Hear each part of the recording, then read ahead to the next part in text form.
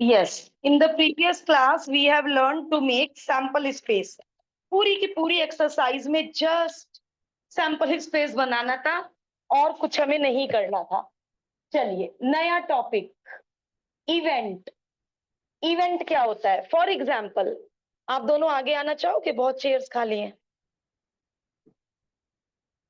Event क्या होता है? फॉर एग्जाम्पल, हमने दो सिक्के उछाले और मैं कह रही हूं एक इवेंट है वन हेड आना, तो उस इवेंट में क्या क्या जाएगा? HTTH करली ब्रैकेट में। तो इसका मतलब इवेंट भी एक सेट होता है और इवेंट में आउटकम कहां से उठ के आते हैं? सैंपल स्पेस से। तो क्या मैं इवेंट को सैंपल स्पेस का सबसेट कह सकती हूँ? कह सकती, यही डेफिनेशन है। लिखो, समझते रहो और जब मैं लिखती हूं तो लिखते रहो बेटा। A subset of sample space, event को क्या बोलते हैं? Subset of sample space.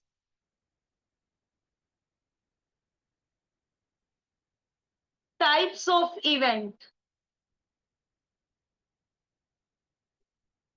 Simple event.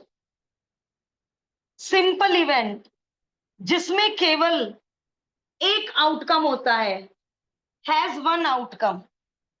जिस इवेंट में केवल और केवल एक आउटकम होता है उसको सिंपल इवेंट कहते हैं। सिंपल इवेंट का दूसरा नाम elementary event.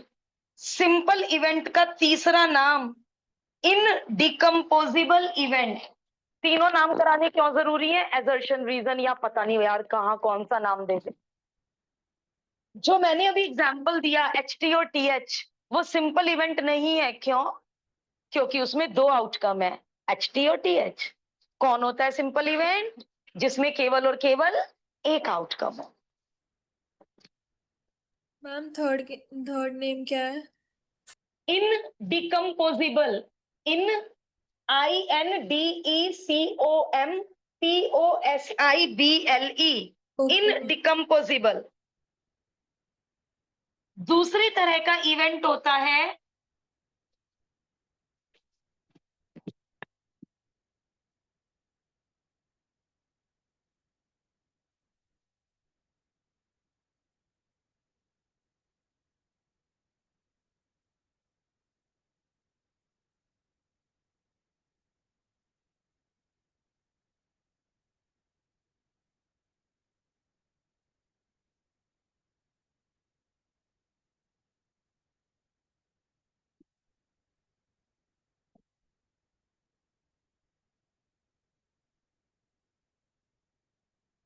Compound event.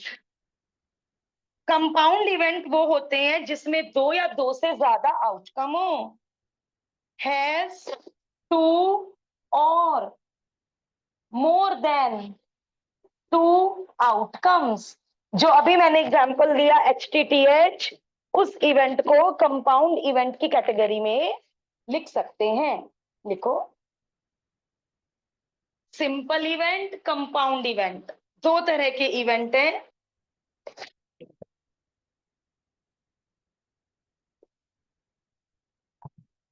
Sure event, impossible event.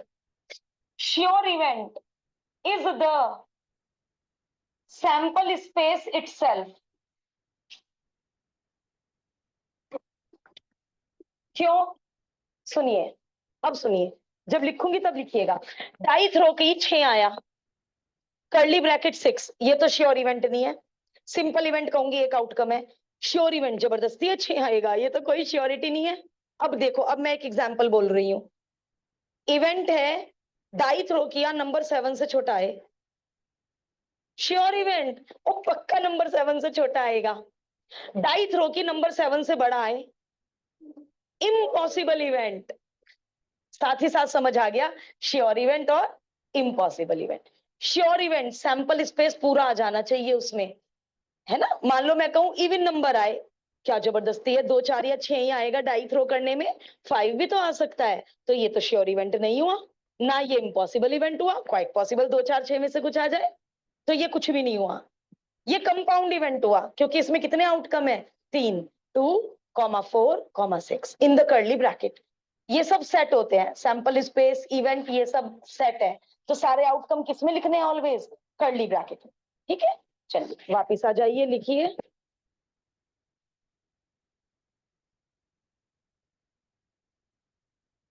आश्रय मन नहीं लग रहा लिखने में। Impossible event correspond to null set phi। अभी मैंने एग्जाम्पल दे ही दिया। फॉर एग्जाम्पल डाई थ्रो किया, नंबर 7 से बड़ा है, not possible, not possible. Equally likely outcome मैं एग्जाम्पल की मदद से समझाऊंगी। इक्वली लाइकली आउटकम अब हम पढ़ेंगे complement of an event. Complement, ये कॉम्प्लीमेंट वही चीज है, ई डैश, ई बार और दूसरा सिंबल ई की पावर सी, ये वही है बेटा जो ए डैश था आपका।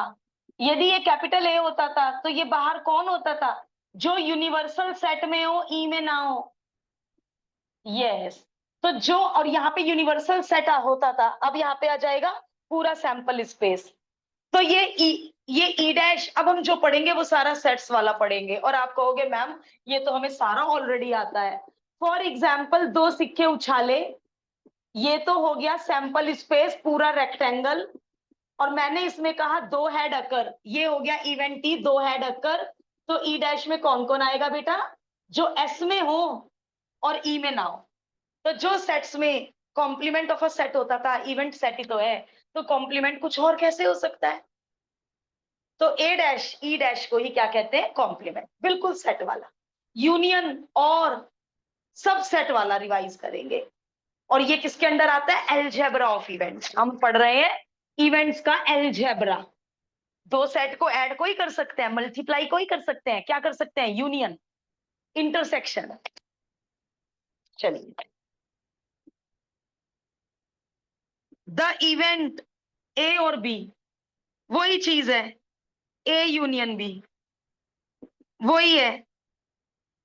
आउटकम जो या तो ए में होंगे या बी में। इन्होंने आउटकम को स्मॉल डब्ल्यू से लिया है। सेट्स में हम क्या लेते थे? Small x. एलिमेंट किससे रिप्रेजेंट करते थे हम? Small x. एलिमेंट याद करो, स्मॉल एक्स सेट्स में। और आउटकम को इन्होंने डब्ल्यू ले लिया, यानी ये W1, W2, W3, W4 outcome. Element वही चीज है, बस सिंबल चेंज कर दिया, W। देखो डेफिनेशन भी वही है, एलिमेंट या तो ए में हो या बी में हो, यूनियन में जाएगा। एलिमेंट या तो ए में हो या बी में हो, यूनियन में जाएगा। डायग्राम क्या बनाते थे आप इसका? ये वाला। नहीं लग रहा है कि मैम हम तो सेट्स दोबारा पढ़ रहे हैं? यूनिवर्सल सेट की जगह किसने ले ली?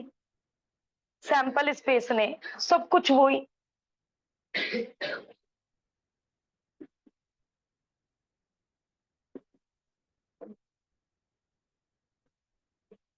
The event A and B, and में इंटरसेक्शन लगता था, वो सारे आउटकम जाएंगे जो ए में भी हो बी में भी हो।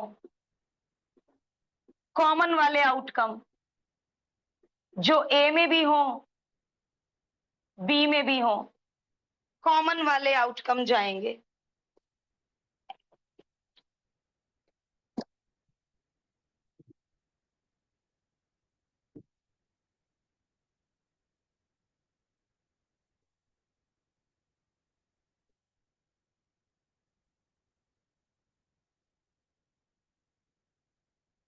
लास्ट की 2 एक्सरसाइजेस डिलीटेड है इस साल। टोटल प्रोबेबिलिटी और बेस थ्योरम नहीं पढ़ना है, last 2 exercises.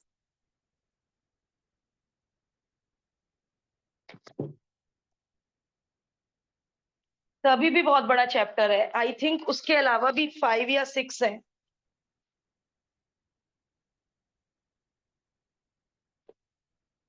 The event A but not be, ये बेटा वही है ए माइनस बी। कौन जाते थे ए माइनस बी, मुझे हिंदी में बताओ। वेरी गुड, जो ए में हो बी में ना हो। तो आप दोबारे सेट्स पढ़ रहे हैं, वो आउटकम ए माइनस बी में जाएंगे जो ए में हो बी में ना हो। इसका दूसरा सिंबल किसको याद है, जरा देखो। एक और सिंबल था ए माइनस बी का, सेट्स सबके हाथ उसमें आया था पीरियोडिकल टेस्ट में, यूनिट टेस्ट में। इसका एक और सिंबल था ए माइनस बी का।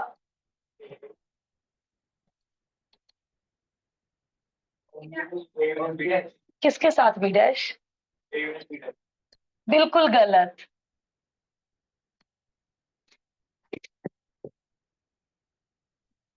वेन डायग्राम बना के देखो, ए और बी डैश में कॉमन यही जाएगा जो इसी शेडिंग है।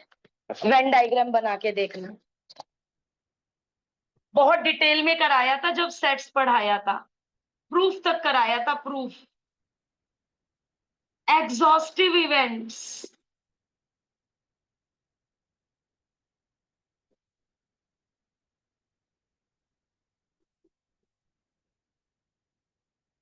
जिन इवेंट्स का यूनियन सैंपल स्पेस आ जाए, ऐसे इवेंट्स को एग्जॉस्टिव इवेंट कहते हैं। इसका मैं एग्जाम्पल लिख रही हूं क्योंकि आज हम ये पहली बार पढ़ रहे हैं। फॉर एग्जाम्पल, एक डाई थ्रो किया, इवेंट E1 में सारे ऑड नंबर, इवेंट E2 में सारे इवन नंबर, इवेंट E3 में 1 2 3 4, और जब मैंने इनका यूनियन किया तो इनके यूनियन में 1 2 3 4 5 6 सब आ गए। तो जिन इवेंट्स का यूनियन करने पर सैंपल स्पेस मिल जाए, देखो, यदि E3 में E2 में 6 ना होता, अब ये तीनों एग्जॉस्टिव नहीं है, क्यों? 6 मिसिंग है। बट E1 और E3 भी एग्जॉस्टिव नहीं है, कोई मतलब एग्जॉस्टिव में दो भी आ सकते हैं। जिन दो या दो से ज्यादा इवेंट का यूनियन कैपिटल एस आ जाए, ऐसे सेट्स को, ऐसे इवेंट्स को एग्जॉस्टिव इवेंट्स कहते हैं। तो अब तो मैं इसको रब कर दोबारा लिख देती हूँ वापस, और अभी हम बहुत सारे एग्जाम्पल करेंगे एग्जॉस्टिव इवेंट के, अभी सॉल्ड एग्जाम्पल करने हैं, पिक्चर क्लियर हो जाएगी। लेकिन हमारे पास बेसिक नोटेड तो होना चाहिए ना कहीं। तो जिन इवेंट्स को यूनियन करने से सैंपल स्पेस आ जाता है, नाम याद कर लो, ऐसे इवेंट्स को, इधर का रब कर दो आशय, एग्जॉस्टिव इवेंट्स कहते हैं।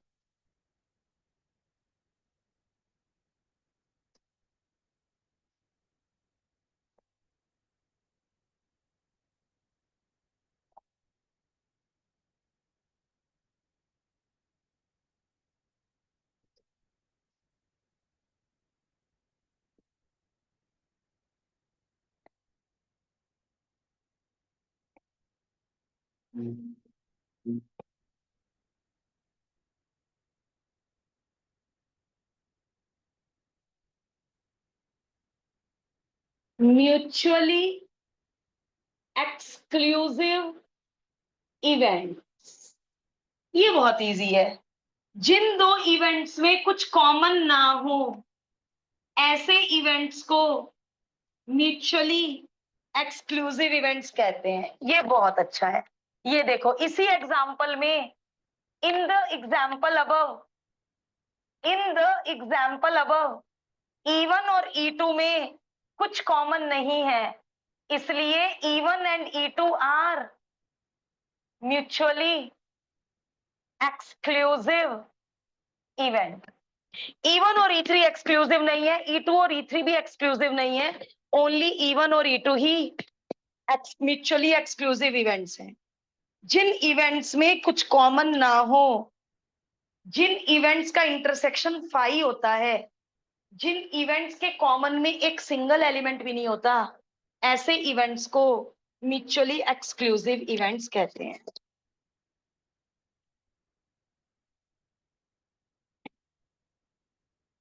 अच्छा, यदि एग्जाम में आया एक्सक्लूसिव भी हो एग्जॉस्टिव भी हो, E1 और E2, अरे वाह, ये एग्जाम्पल चल गया, बढ़िया।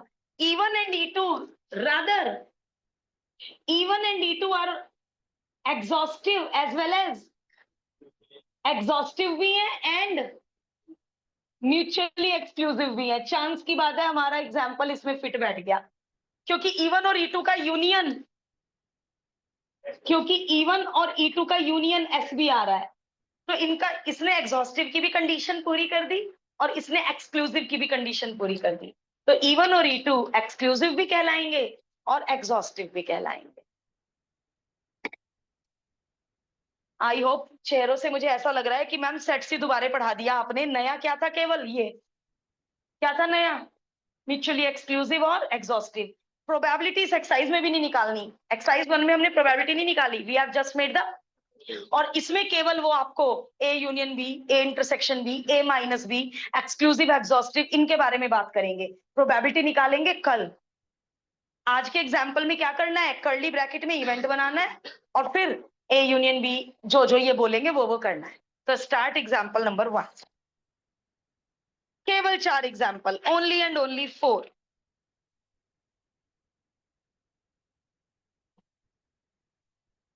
केवल 4 एग्जाम्पल।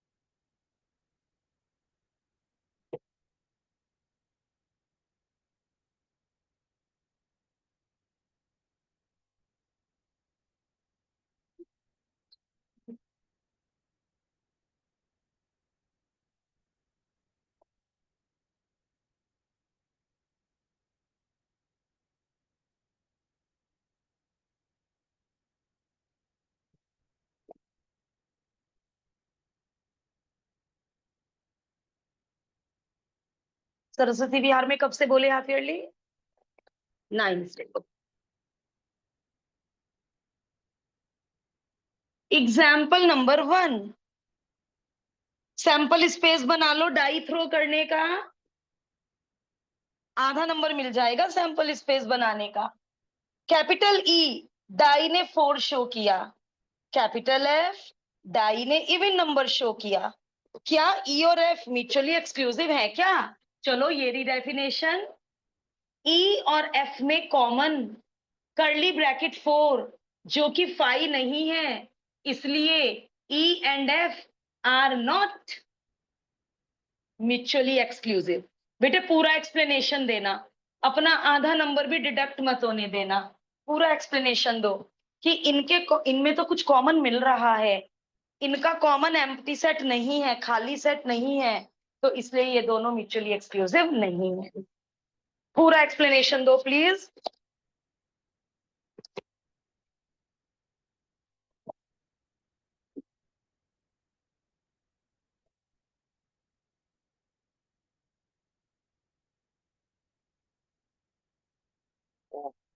हमारे पास 3 बॉयज और 2 गर्ल हैं, हमें 2 बच्चे सिलेक्ट करने हैं और 5C2 का आंसर आता है 2 बच्चे सिलेक्ट करने हैं। सिलेक्ट बेटा सिलेक्ट, तो B1 B3 B3 B1 एक ही बार लेना, B1 B2 B2 B1 एक ही बार लेना, सिलेक्ट करने हैं।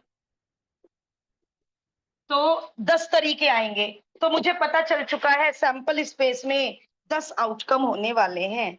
तो मैं पहले सैंपल स्पेस बना लूं, इवेंट तो बाद में बना लूंगी।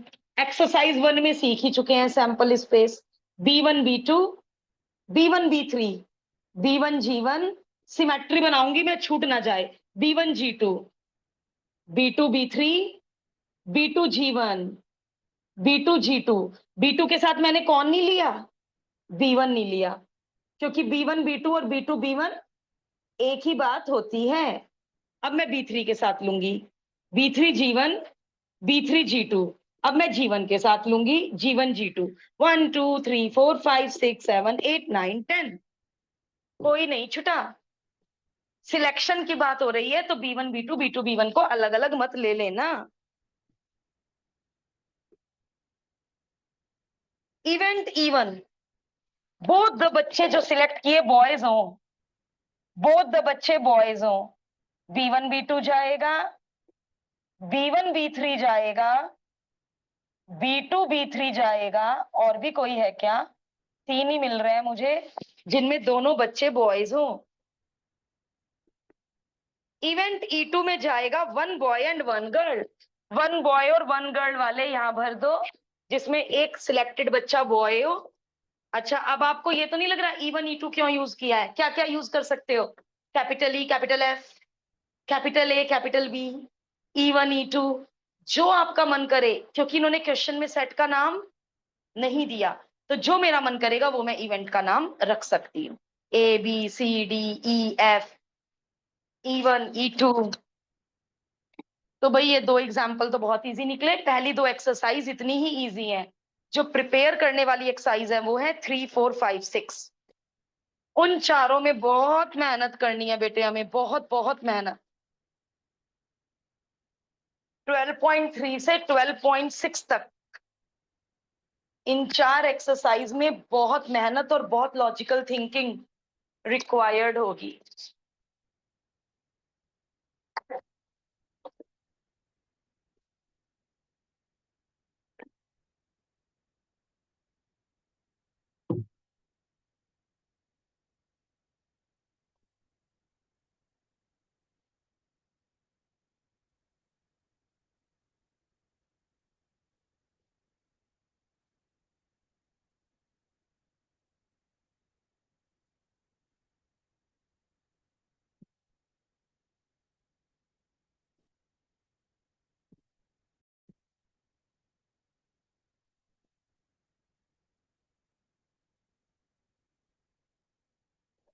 जो लोग चारों एग्जाम्पल कर चुके हैं, फिर प्रीवियस क्लास की तरह एक्सरसाइज शुरू कर लो, क्योंकि आश्रय एक्सरसाइज होमवर्क में इसलिए नहीं दे रही बेटा, फ्राइडे को टेस्ट है, सब लोग टेस्ट की प्रिपरेशन कर रहे होंगे।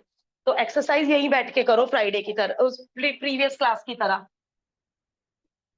बट टेस्ट होने के बाद फिर बेटा प्रोबेबिलिटी का होमवर्क अच्छा खासा मिलेगा, और आपके पास भी गोल्डन अपॉर्चुनिटी है अपना लॉस कवर करने का।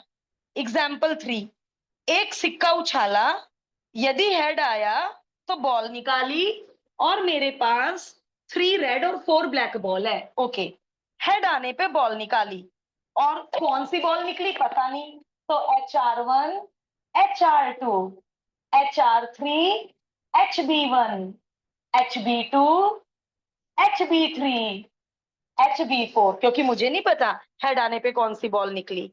सारी सैंपल स्पेस का नाम ही यही होता है, ऑल द पॉसिबल आउटकम, जितनी पॉसिबिलिटी है सब लो। ओके, टेल आने पे क्या करना है? पढ़ के बताओ, ढूंढ के बताओ। टेल आने पे क्या करना है? डाई रोल करनी है। तो सारी पॉसिबिलिटी लो कि टेल आने के बाद क्या क्या पॉसिबल है, कोई पॉसिबिलिटी छोड़ मत देना सैंपल स्पेस में। पहला इवेंट, कॉइन पे हेड आए, बहुत बढ़िया। क्या यार, ये तो बहुत इजी एग्जांपल है, सारे हेड वाले ले लो। HB1, HB2, HB3। ये जो पहली दो एक्सरसाइज है ये हमारा बेसिक बना रहे हैं। देखो आगे जाके हमसे इवेंट नहीं बने तो हम प्रोबेबिलिटी कैसे निकालेंगे? पहली दो एक्सरसाइज में से क्वेश्चन में आने के चांसेस, एग्जाम में आने के चांसेस कम है। एक्सरसाइज कर ली, शुरू कर ली? हाँ, ओके। बहुत बड़ा शॉक दे दिया था। इवेंट E2, डाई थ्रो करने पे इवन नंबर आए, तो बेटे इवन नंबर वाले उठा लो। अरे हाँ, जरा 1 मिनट काम छोड़कर मुझे सुन ले। लास्ट ईयर मैंने एक कॉपी में इवेंट E2 में देखा 2 4 6। थोड़ा सा गुस्सा भी आया, क्यों गलत हो गया बच्चा? टेल के बाद ही डाई थ्रो करनी है, तो खाली 2 4 6 कहां से आ गया? इसका इवन नंबर आपने पढ़ लिया और 2 4 6 लिख दिया तो। और एक बात और, उस बच्चे को ये भी नहीं पता है कि ये जो इवेंट है वो सैंपल स्पेस के सबसेट होते हैं। इवेंट में जो भी आउटकम आएगा वो सैंपल स्पेस से आएगा, ये कहां से आ गया? तो चेकर को भी लगेगा बच्चे का बेसिक वीक है ना? तो ध्यान से करना है। तो एग्जाम्पल 3 बहुत इजी निकला। लास्ट एग्जाम्पल कराने के बाद मैं चुप हो जाऊंगी, फिर मैं इन 9 क्वेश्चन में से वो वाला क्वेश्चन करूंगी जिसका आंसर आपका मैच नहीं होगा। और कल से शुरू करेंगे प्रोबेबिलिटी। अभी तक प्रोबेबिलिटी का नंबर ही नहीं आया। कॉइन को 3 बार टॉस किया, एच एच एच। अब एच को मैंने फिक्स कर लिया, 2 एच और टी ले लिए, 2 एच और सिंगल टी। अब की बार 2 टी और सिंगल एच ले लिया, और लास्ट में ट्रिपल टी। सिमेट्री बनाने से मेरा कोई भी आउटकम छुटेगा नहीं। कैपिटल ए, अब मेरी मर्जी नहीं चलेगी, E1 E2। कैपिटल ए, कोई भी हेड ना आए, सिंगल हेड भी ना आए, कोई भी हेड ना आए। कैपिटल बी, एग्जैक्टली एक हेड आना चाहिए, केवल और केवल एक हेड आना चाहिए। कैपिटल सी, एटलीस्ट कम से कम 2 हेड। तो बेटे 2 हेड वाले ले लो, 3 हेड वाले ले लो। कम से कम 2 हेड का मतलब है 3 हेड वाले भी लेने हैं। उन्होंने पूछा है, do they form mutually exclusive exhaustive? क्या बनाएंगे? Mutually exclusive exhaustive. हाँ बेटा, बिल्कुल सही कहा आपने। तीनों का यूनियन करके देखा, 8 के 8 आउटकम आ गए, ऑल द 8।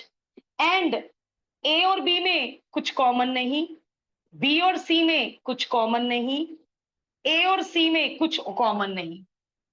तो इसका म्यूचुअली एक्सक्लूसिव के लिए 2 में कॉमन देखते हैं, है ना? तो इसका मतलब म्यूचुअली एक्सक्लूसिव भी है, एग्जॉस्टिव भी। लास्ट में answer statement, compile the result in at last. A, B, C form a set of mutually exclusive and exhaustive events.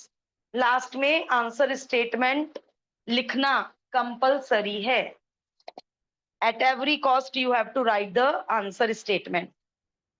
और आज हम होमवर्क क्लास में ही करेंगे। Start the exercise.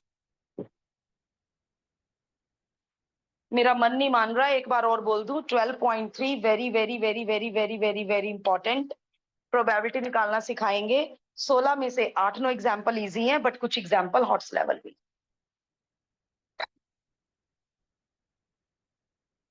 अब एक्सरसाइज का जो क्वेश्चन आप कहोगे वो करूंगी मैं। Start the exercise.